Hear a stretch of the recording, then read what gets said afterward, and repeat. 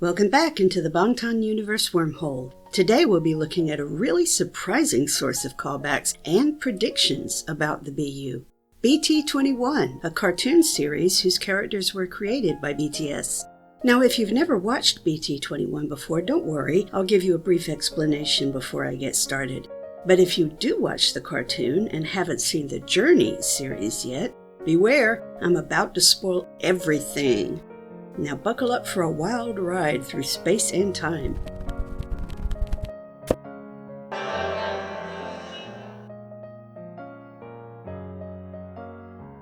BT21 is a collaboration between the BTS members and a company called Line Friends. Each member of BTS designed his own character, then professional cartoonists came along to touch up the drawings, and finally BTS took over again to create their characters' backstories.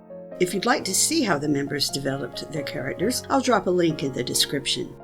All the BT22 characters are a lot like their creators, and the cartoons themselves sometimes drop references to BTS's real-life stories.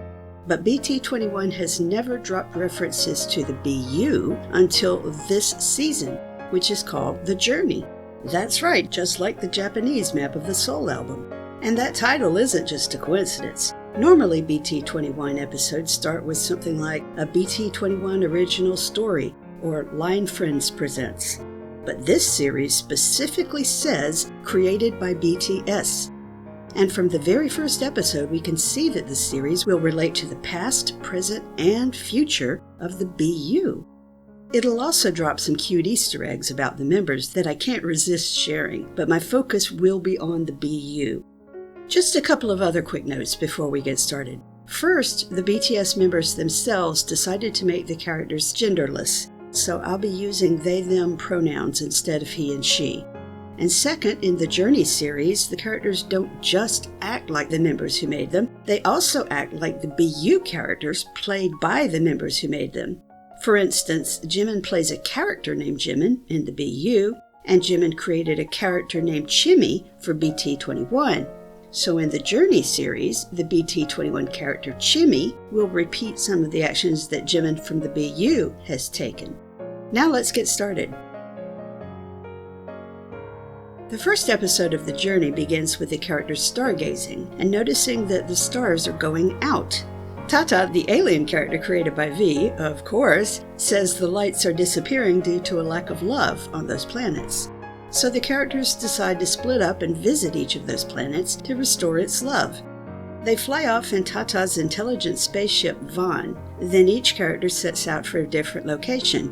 But notice that Jimin's character Chimmy immediately goes off course.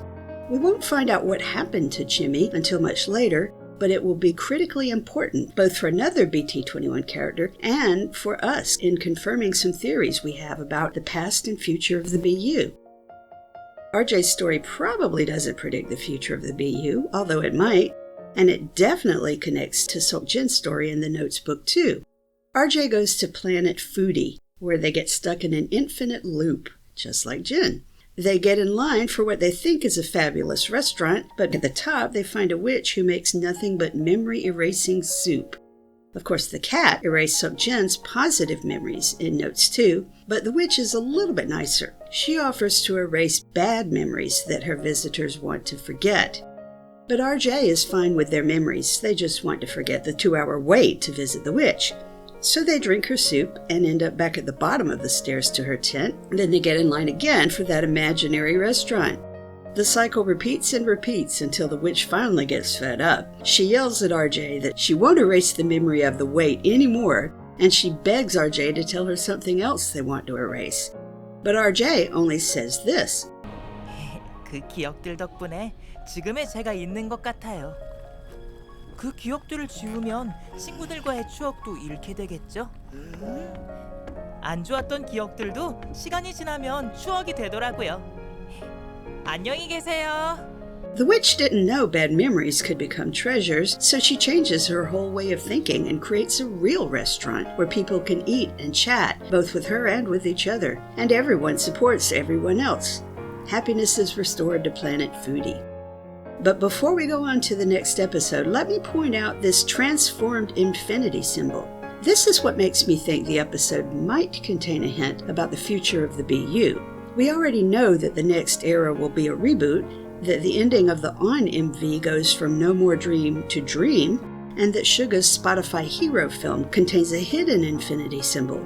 So this color-changing infinity symbol might be a hint that time travel will work differently in the next era. For instance, maybe Seokjin will travel backwards all the way to his friends' childhoods, like we speculated. And maybe reincarnation will be involved, since the BU and BTS's lyrics have so much to say about fate and destiny.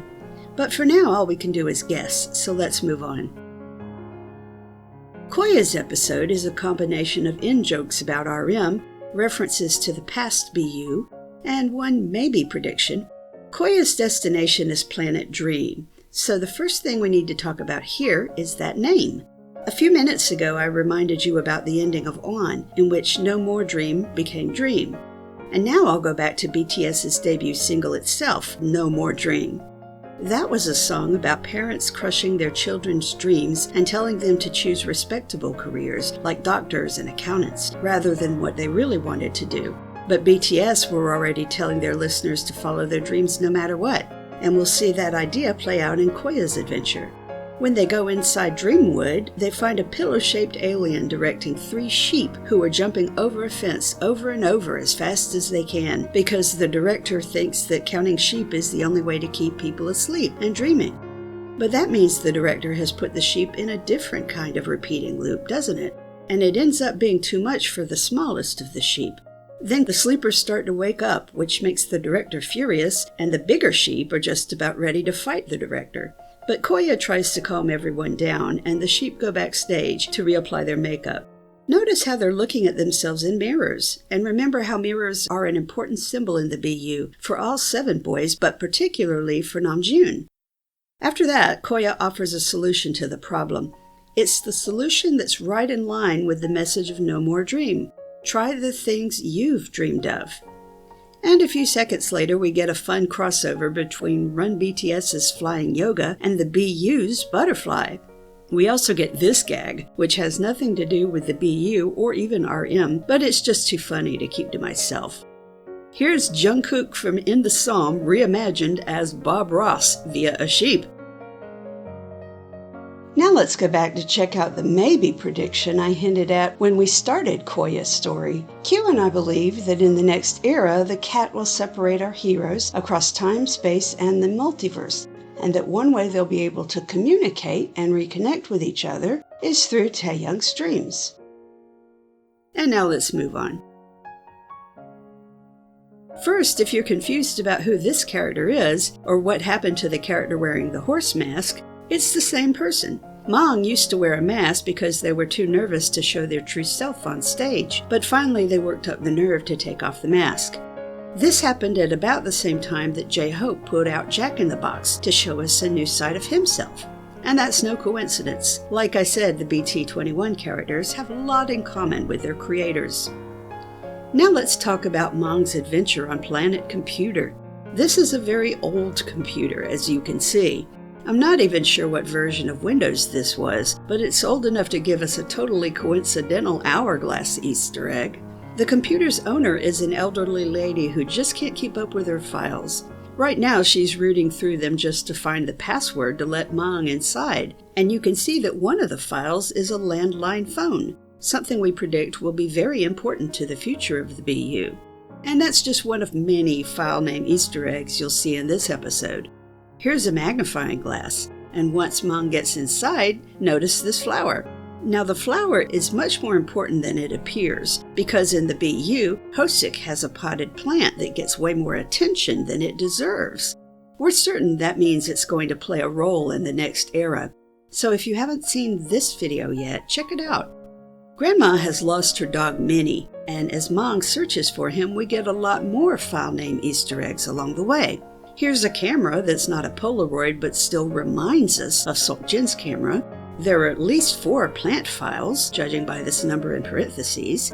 And then we see at least 2 flowers, a clock, and the first of many Easter eggs dedicated to J-Hope himself. But I'll let you search out all the J-Hope Easter eggs by yourself, since those don't relate to the BU. Mang finds a doghouse with this folder inside, and as we zoom in on it, the pixels give it a chessboard pattern. And of course, as you can imagine, Mang opens the folder that they're not supposed to open, releasing a monster that turns out to be Minnie in a mutated form because Grandma's computer has a virus. Mang clears out the virus with a reboot, leading to this lesson, which is extremely appropriate to the BU with all its restarts. Before we move on to Cookie's mission, we get an episode set on Tata's spaceship.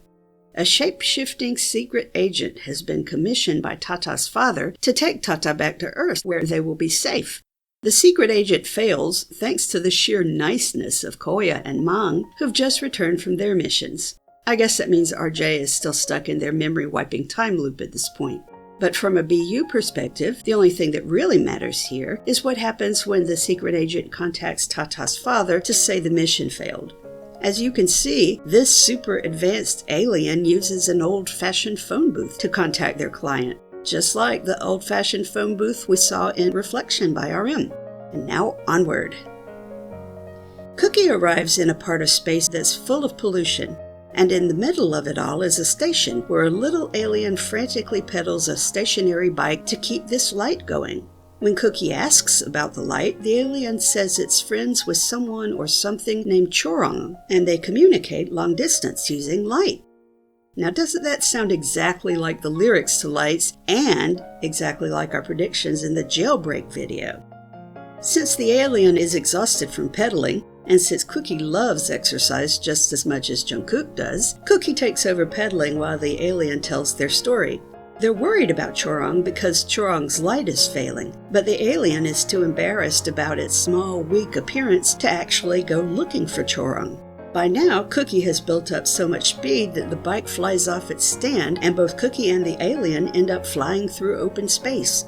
The alien still wants to turn back, but Cookie says, "Running won't solve anything," which might possibly be a hint about what Jungkook was doing at the end of Notes 2 when he left his friends at the fireworks festival. It might also have something to do with the next era, but that's just a random thought. Finally, they meet Chorong, who looks like an anglerfish and who really did need its best friend's help because its tail is tangled up in a chain. Cookie frees it and begins helping the other two clean up the garbage. Here's the final scene of that episode. Now, is it just my imagination, or did the artist intentionally make the circle of light look like a wormhole? Now here's a quick side note before I continue. If you like BTS trivia, I invite you to check out my ebook, the BTS Trivia Mega Quiz. It's just $2.99 and you get over 600 questions at 4 levels of difficulty. I'll put a link to the book in the description below. And now, on with the show. Shooky's destination is planet Sand, and of course sand is another key concept in the BU. It represents time, and it reminds us of the beach where our heroes spent a particularly wonderful day. But when you look at these red rocks on this sandy planet, you might be reminded of this scene from Film Out. Q and I have predicted that the cat will trap Yoongi on a planet that looks like this, and Hosik will later join him. Keep that in mind. Now, Shooky is much smaller than the rest of BT21 because they're actually a cookie. But this planet is populated by aliens so small that they make Shooky look like a giant. Shooky finds them building a sandcastle to protect themselves from windstorms, and they have a warning system to alert them to oncoming storms. Now first, this weather vane gets way too much attention in the video to be a random ornament, so I think it must be important, but I'm not sure why. Does anybody recognize this shape from somewhere? If not, I'm going to assume we'll see it again in the next era of the BU. Panning downward, we see that one of the aliens is holding a telescope, which we know is an important symbol of the BU, and hints at our heroes being separated by large distances in the next era. Now this alien is looking at the final element in the group's warning system, a rag tied to a tree.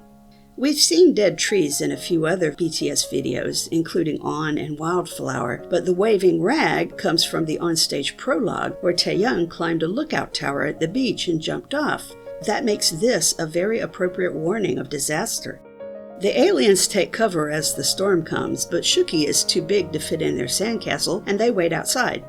When the windstorm arrives, it just feels like a breeze to Shooky, but that's still enough to half demolish the sandcastle.